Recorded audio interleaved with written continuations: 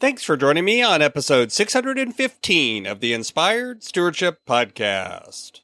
Hey there, I'm Cassidy Cash, the host of That Shakespeare Life. If you'd like to impact the world one day like Shakespeare, one way to do that is listening to this. It's Inspired Stewardship Podcast with my friend Scott Mater.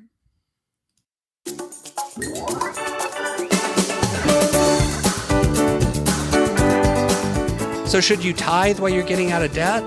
It depends. It depends on where your priorities are, what you truly value. But if you say you value one thing, and then when you look at your budget and you look at your money, the way you're spending your money is not in alignment with those values, then I would challenge you to examine it. Welcome and thank you for joining us on the Inspired Stewardship Podcast. If you truly desire to become the person who God wants you to be, then you must learn to use your time, your talent, and your treasures for your true calling. In the Inspired Stewardship Podcast, you will learn to invest in yourself, invest in others, and develop your influence so that you can impact the world.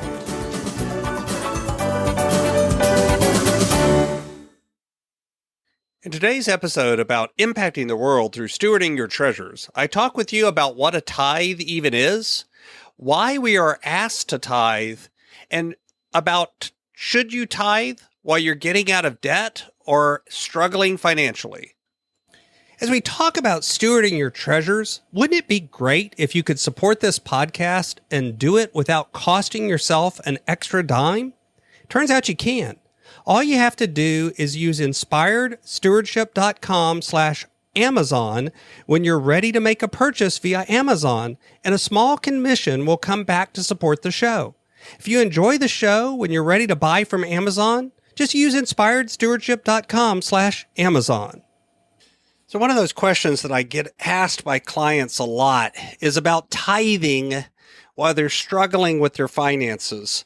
You know, maybe they're in debt, maybe they even are behind on things, or they're not making enough money right now and they're struggling to do all of the things that they want to do. And when they get to the bottom of their budget, they don't have enough money left over to give a tithe.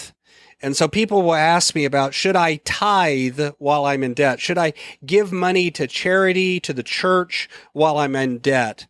Or should I wait until I'm financially stable and then begin to give money to those organizations that I want to support?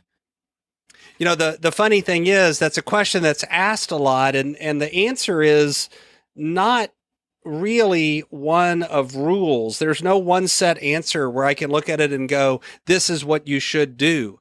The reason why is because as a coach, I don't tell people what they should do with their money. It's their choice. But what I will ask is, what are your priorities? What are your values? What's important to you? And if giving is something that's important to you, if tithing is something that's important to you, then let's figure out how we can do this regardless of your financial situation.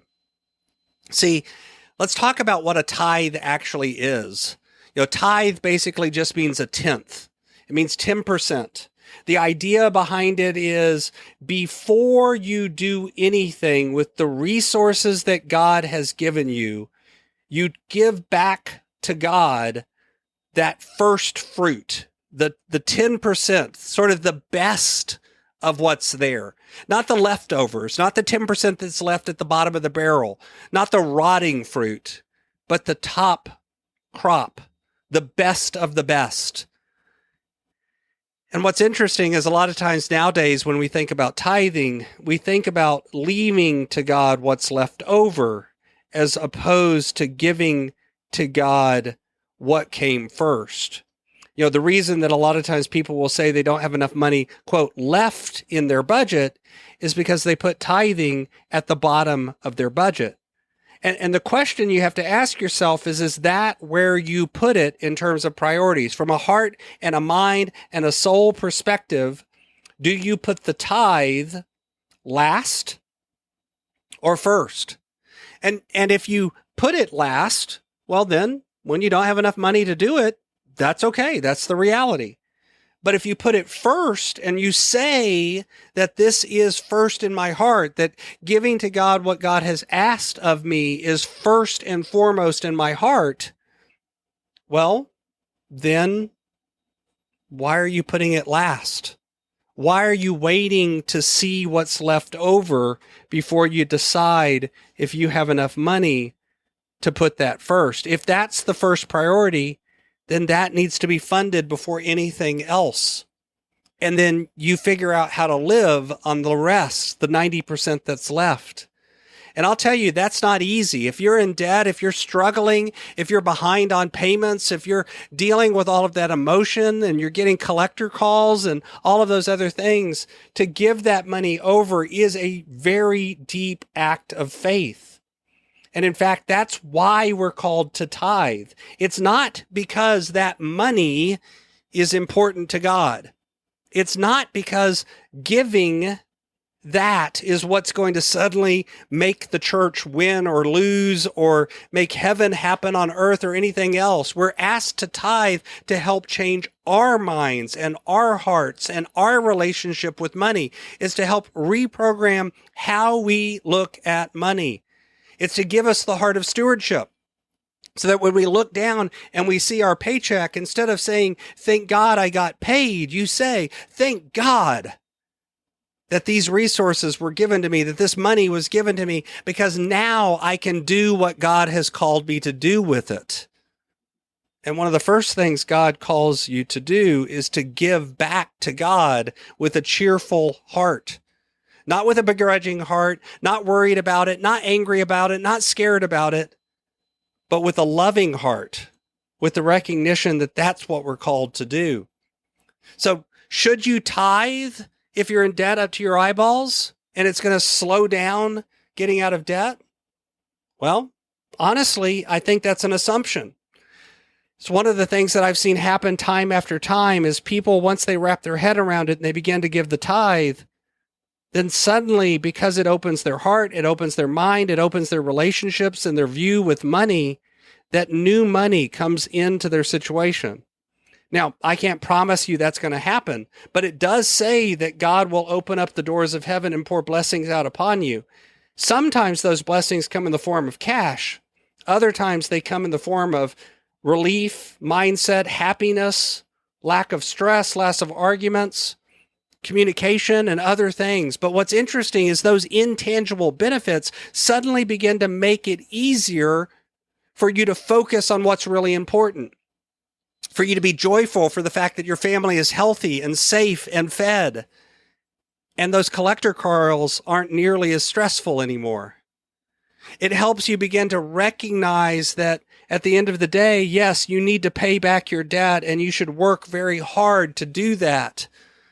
But you also need to provide for your family and make sure that they have a roof over their head and they have food in their bellies, not eating filet mignon, but making sure that they are taken care of. It relieves the way you think about money and reprograms your heart and your mind to begin to have a relationship with money that is much more healthy. And because of that, usually that change in mindset, those change in habits, that change in behavior pays off in the long term and begins to make things happen faster instead of slower. It's a weird paradox, but oftentimes the best way to go fast is to actually slow down, because it changes the way we act and the way we view things. And that change is what ripples through and makes more changes down the road. So should you tithe while you're getting out of debt? It depends. It depends on where your priorities are, what you truly value.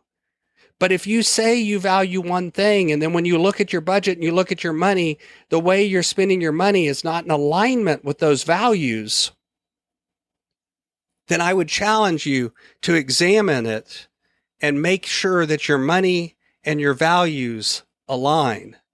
Thanks for listening.